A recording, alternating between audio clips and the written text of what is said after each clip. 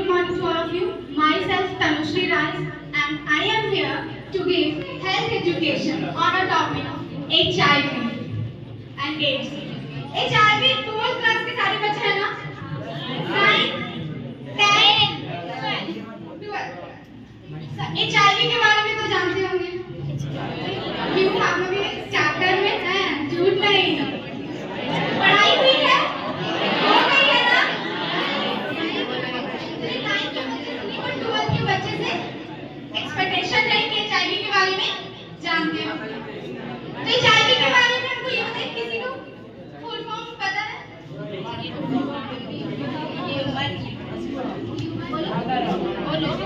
Human immunodeficiency disease.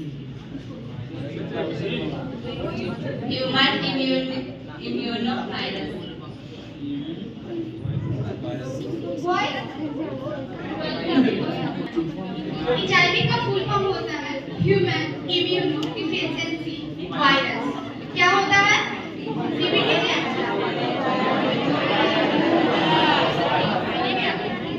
ठीक है, अब इसका मैं इंट्रोडक्शन देती हूँ। क्या होता है, क्यों होता है, इसका क्या sign and symptoms and prevention है। तो हम लोग HIV human immunodeficiency virus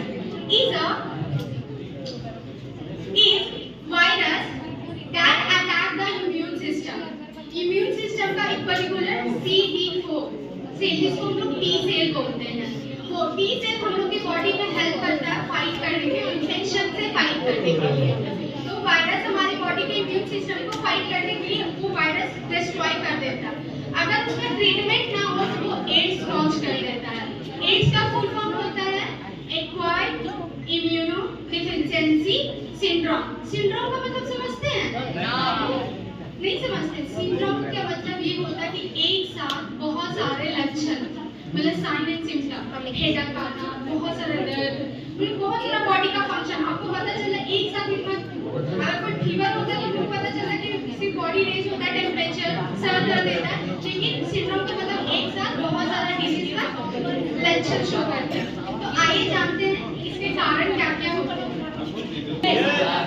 12th class के बच्चे सबको दिखाई दे रहा है?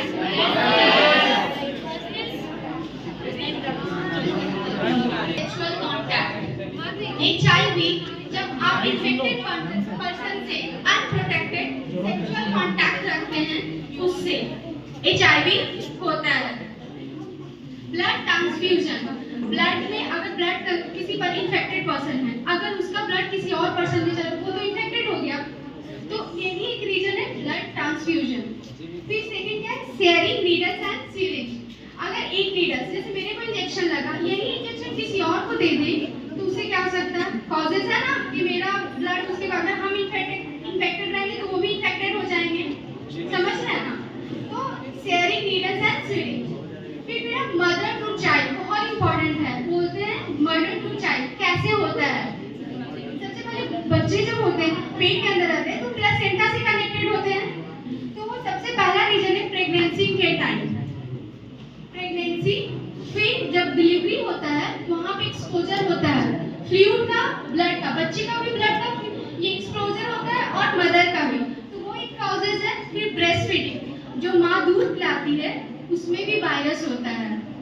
तो उससे रीजन क्या? मदर टू चाइल्ड कैसे होता है? डिलीवरी, प्रेगनेंसी और ब्रेस्ट फीडिंग। और एक एक्सीडेंटल ऑक्यूपेशनल एक्सपोजर, ये नहीं सुने होंगे।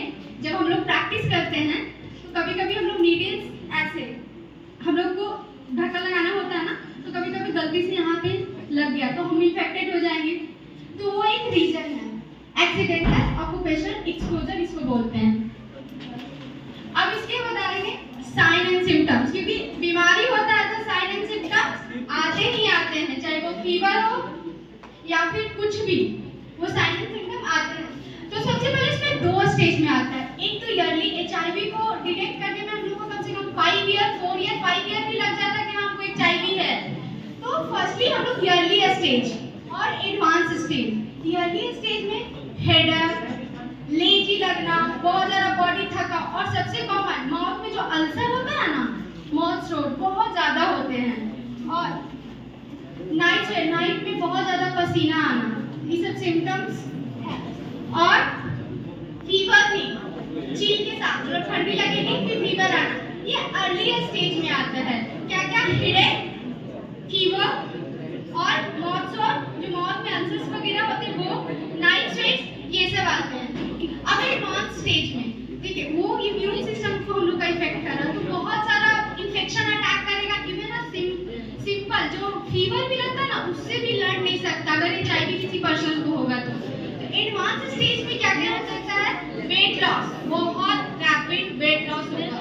सेकंड, उसमें बहुत सारा बीमारियां एक साथ अटैक करेगी, लाइक ट्यूबरक्लोसिस, टीबी तो सुने होंगे ना, टीबी, निमोनिया जो खांसी वासी से होता है जिसमें हपनी होता है, जाने वो निमोनिया। तो ये एडवांस के लक्षण हैं।